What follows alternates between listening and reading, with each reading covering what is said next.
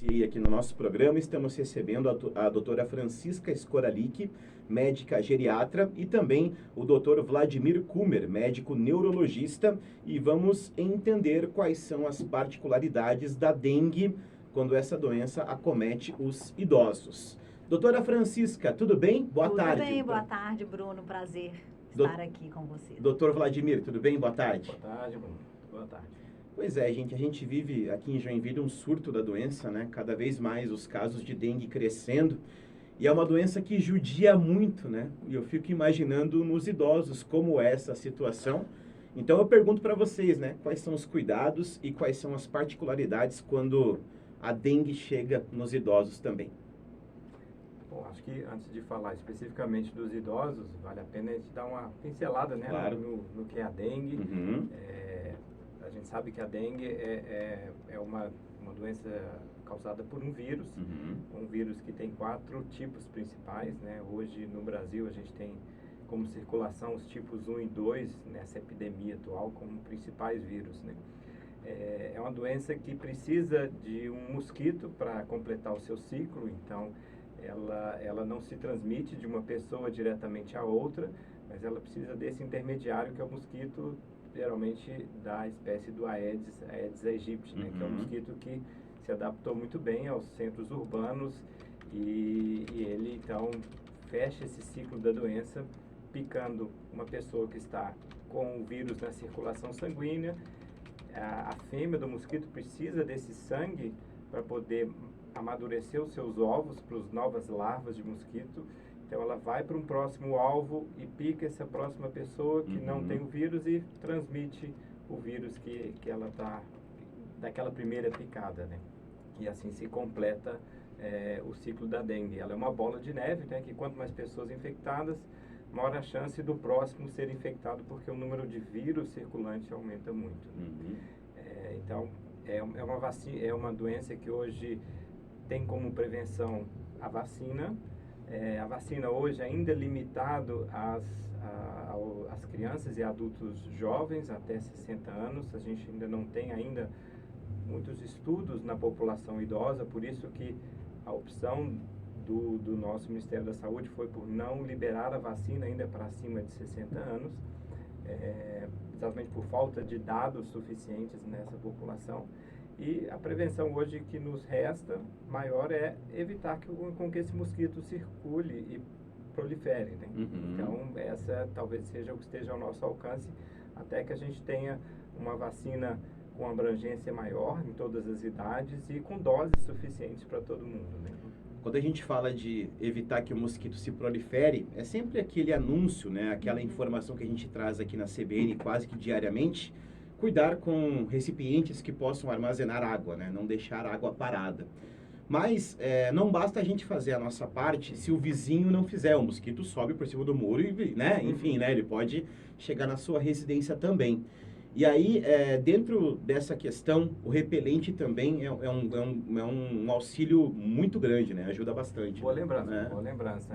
O próprio repelente ajuda esse mosquito não chegar naquela pessoa, né? Então, assim, não é uma barreira muito eficaz, mas ajuda sim, porque muitos mosquitos, eles não são tão sensíveis aos repelentes atuais, né?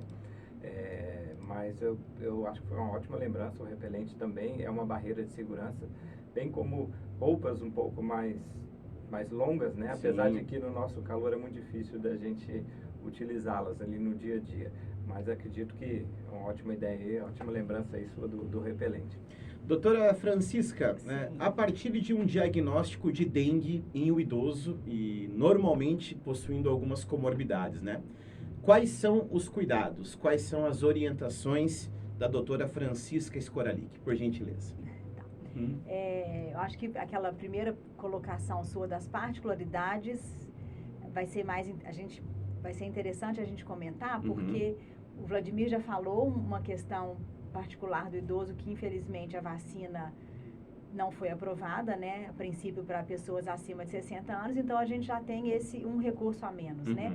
Que a vacina o paciente pode continuar pegando dengue, mas de uma forma mais leve. Então, o idoso, que, como você bem disse, que tem muitas comorbidades, é frequente que tenha muitas comorbidades. Essa doença pode ser mais grave nesse indivíduo, né? Porque desidrata, diminui apetite, náusea, vômito, né? Tem todas as questões que podem interferir nos problemas de saúde que ele já tem e tornar uma doença mais grave. Não só a dengue grave, mas a dengue num paciente com vários problemas e que ele fica mais debilitado do que os outros mais jovens, né? E o grande problema que a gente tem percebido, né, na dengue agora na população idosa é principalmente o diagnóstico da dengue nesse indivíduo. Porque o que se espera, o que a gente ouve, né, de notícias é que é uma doença febril, né? Que é uma doença que começa com um quadro de uma febre, geralmente uma febre alta, e o idoso, não só na dengue, mas em outras doenças também, ele pode manifestar de forma atípica, a gente chama de manifestação atípica das doenças, assim como foi na Covid também, né? A gente não precisa de esperar uma febre alta para pensar em dengue, e isso tem acontecido com muita frequência. Os pacientes chegam no consultório doentes, já passado por algum pronto atendimento, algum serviço de urgência, na qual ele nem foi pensado em dengue porque não tinha febre. Perfeito. E a gente sabe que esse diagnóstico retardado, né, mais tardio, prejudica muito, porque um dos grandes problemas na dengue, no idoso principalmente, é a desidratação. Eles já não têm uma sede muito aguçada, já não bebem muito líquido. A maioria deles tem outros problemas de saúde, como a hipertensão, usam antihipertensivo, muitas vezes usam diurético, e nesses 3 primeiros dias sem diagnóstico, isso é uma catástrofe. Então, a gente tem visto muito desmaio, né, que é a síncope, pessoas com uma desidratação importante a ponto de ter uma insuficiência renal. Esse diagnóstico tardio, muitas vezes eles não conseguem associar esses problemas de perda de consciência e tudo a uma provável síncope, a uma provável dengue, e com isso, muitas vezes, quando vai ser pedido o teste do dedo, que é o teste mais rápido, né, que é o do antígeno, já passou a hora desse teste, aí ele já dificulta ainda mais o diagnóstico, né, porque esse teste, teoricamente, a gente deveria fazer até 3 dias dos sintomas, né, da dengue. Então, isso tudo a gente tem visto que tem complicado, né, a vida do paciente idoso para o tratamento sintomático da dengue, né? Porque a gente não tem um tratamento específico para a doença. Perfeito. Mas o repouso, a hidratação, muito importante, né? Quando a gente lê sobre a dengue, a recomendação é, no mínimo, 60 ml por quilo. Então, vamos pôr aí os 60 quilos. São pelo menos 3 litros e 600 ml de líquido por dia, quando a pessoa tem uma infecção por dengue. Pensa bem o idoso, que mal toma 500 ml, nauseado, né, com vômito, às vezes com dor abdominal, super fraco, tendo que tomar 3 litros e meio de líquido. Então, é por isso que os hospitais estão dessa forma, né? Muitos desidratados, precisando de soroterapia. Uma outra coisa também que não vale uma recomendação assim geral, mas se é hipertenso, né, se está com uma pressão baixa, se está desidratado, tem que fazer contato com o médico para ver qual antihipertensivo pode suspender nesse momento, né? Senão vira uma bola de neve que esse indivíduo está usando o remédio que deveria estar usando todo dia, mas não nessa situação de queda de pressão, de desidratação, né? Então, isso vale também, né, Bruno? Porque quando a gente fala da dengue, a gente só pensa no ácido acetil salicílico, nos remédios. No AS. No AS. Sim, no anti-inflamatório. Que afinam o sangue, vamos dizer assim, por causa das plaquetas, né? Mas no idoso a gente tem essa particularidade, né? Como pela desidratação e pela fuga do líquido dos vasos sanguíneos, a pressão cai muito. E muitos dos nossos pacientes idosos usam remédios para pressão. Então, esse é mais um dos elementos que a gente tem que estar atento, né? E nós estamos falando isso aqui porque isso tem sido a rotina nossa lá. Perfeito. E essa é uma recomendação que tem sido quase rotineira. Vamos rever nesse momento, nesse período, o seu remédio de pressão. Talvez não seja adequado usar todos eles. Né? Precisa tirar um ou outro, sabe? Então é uma coisa para a gente ficar ligado. A gente tem sempre acompanhado aqui na CBN e também no NSC Total e na NSC TV a situação dos pronto atendimentos aqui da cidade, saturados, com muita gente buscando atendimento. No caso de vocês, lá do Instituto Reage, que é especializado na questão dos idosos, vocês têm sentido também um aumento nesses atendimentos? Com certeza. Um aumento grande. Primeiro porque muitas vezes faz o diagnóstico e não tem um acompanhamento. E a pessoa fica ali em casa sem saber se é normal toda aquela fraqueza, se é normal, né, tudo que eles estão sentindo. E a gente tem a enfermagem, né, lá na Reage, que a gente tem tido muita procura, inclusive, para a realização de soro, né? De fazer a hidratação endovenosa, porque eles não conseguem ingerir o que precisa, né? E com isso a gente tem tido uma procura bem grande. Outra pergunta que eu faço para vocês, o Dr. Vladimir já falou sobre medicação, e é muito natural, o que não está correto, a automedicação, né? Sente uma dor de cabeça, toma um remédio em casa, não procura o atendimento médico especialista, né? É importante sempre a gente lembrar que alguns medicamentos podem fazer com que a dengue evolua para uma condição de dengue hemorrágica, né? Quais são os medicamentos contraindicados em caso de suspeita de dengue? Ó, fiquei parecendo o rapaz que faz a propaganda do medicamento sempre no finalzinho, né? Não tome esse medicamento em caso de suspeita de dengue. Quais são os medicamentos em que as pessoas devem evitar em caso de alguma suspeita dessa doença, por gentileza? Nem sempre a dengue ela é hemorrágica, né? Sim. Aliás, a maior parte dos casos de dengue, ou eles são muito pouco sintomáticos, ou eles são relativamente leves, pelo menos leves num paciente jovem sem comorbidades, né? Claro que mesmo a dengue leve no idoso, a repercussão pode ser grande. Mas a grande preocupação das medicações que, vamos dizer assim, afinam o sangue, né? Entre elas estão os remédios que se usa para infarto, AVC, como os anticoagulantes, os antiagregantes, como o AS, talvez seja o principal, né? O mais comum deles, que é a aspirina. Eles podem contribuir em caso em que essa dengue complique com uma plaquetopenia, ou seja, uma redução do número de plaquetas, ele pode contribuir com o risco de sangramento. Mas, voltando aqui, nem sempre esse é o caso. Aliás, não é a maioria dos casos, muito pelo contrário. As plaquetas, em boa parte dos casos, é normal. Isso é um problema que a gente vê no idoso, né? Muitas vezes o idoso procura um pronto atendimento, faz o diagnóstico de dengue, faz os seus exames de sangue, tá tudo bem, a plaqueta tá ok, os exames estão bem. Num paciente jovem ele toleraria bem, mas no idoso, mesmo essa dengue leve, traz uma repercussão muito grande, né? Então a gente acaba, na Reage, pegando muito esse quadro leve que num paciente que tem outras comorbidades se agrava ou se junta a outras coisas que ele acaba precisando de um atendimento melhor.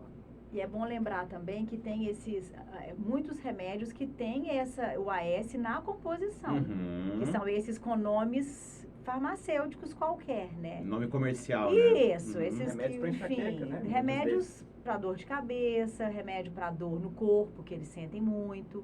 Então tem que ficar atento, porque às vezes tem um nomezinho que não é o AS, que não é aspirina e que é um antiagregante, né? Que é um ácido acetil salicílico, né? Perfeito. Então ficar de olho nisso também.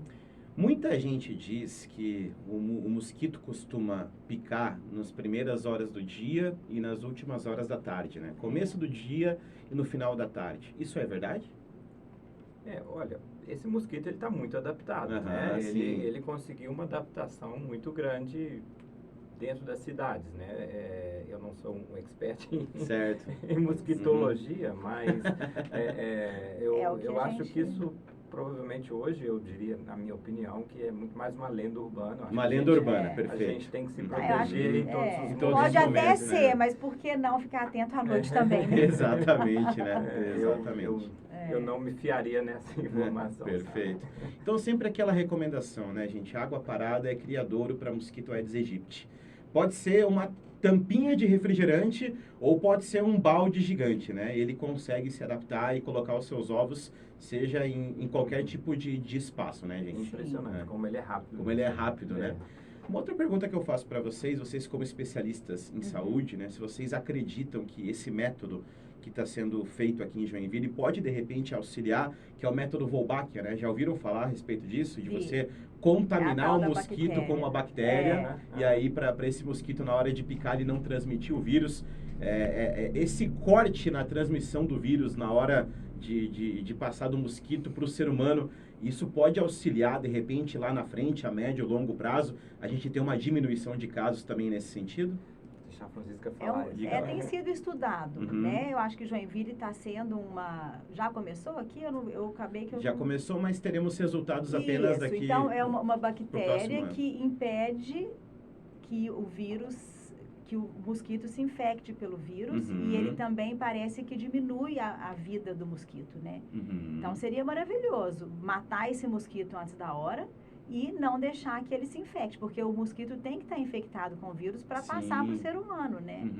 Eu estou torcendo, parece que já tem estudos da Austrália, né? Na Austrália parece que deu muito certo. Isso. Deu muito certo. Vamos ver se em Joinville vai dar certo também, né? Nós temos... Parece que Niterói tem uma experiência positiva esse ano, né? Com isso. O que seria muito bacana e sem dúvida para quem tem idoso em casa, para quem cuida de idosos, seria uma tranquilidade muito grande, né? Porque às vezes o idoso quer sair, quer passear, né? Tem idosos que são assim, né? Aí fica com medo, mas olha, cuida, vai com uma manga um pouquinho mais longa, passa o repelente, né? Aquela coisa justamente para evitar, porque é uma doença que realmente judia muito, né? Muito do ser humano. E os idosos já com algumas condições diferentes também, né? Judia ainda mais, né, gente? Não é atípico, a maioria chega. Eu prefiro uma Covid do que uma dengue. Chega nesse ponto, doutora? Esse discurso é muito comum, né? É mesmo, gente? Doutor, eu não sabia que a dengue era tão ruim. A Covid não me fez nada. Esse tipo de coisa que vocês ouvem lá, né? Esse é o comentário. Aí tem que ter todo um cuidado para explicar aquela coisa. Vou tomar um sorinho na veia, aquela coisa. Nenhum dos dois é bom, né? Nenhum dos dois é bom, né? É isso. Gente, muito obrigado pela participação de vocês. Registrando também que a Vicky está aqui presente do Instituto Reage, fazendo aquele videozinho para as redes sociais que a gente sempre acompanha também. Que legal. Quero que vocês mandem um abraço ao Dr. Gustavo, que também está sempre presente aqui na CBN Joinville. E eu agradeço demais a participação do Dr. Vladimir Kumer e também da doutora Francisca Skoralik sobre esse assunto que está em alta. Infelizmente, né, não deveria ser assim, mas é importante a gente prestar esse serviço também para os idosos que nos ouvem aqui na CBN Joinville. Obrigada, Bruno. Obrigado, doutor. Obrigado, Obrigadão. doutora. Muito obrigado. Valeu, Vicky.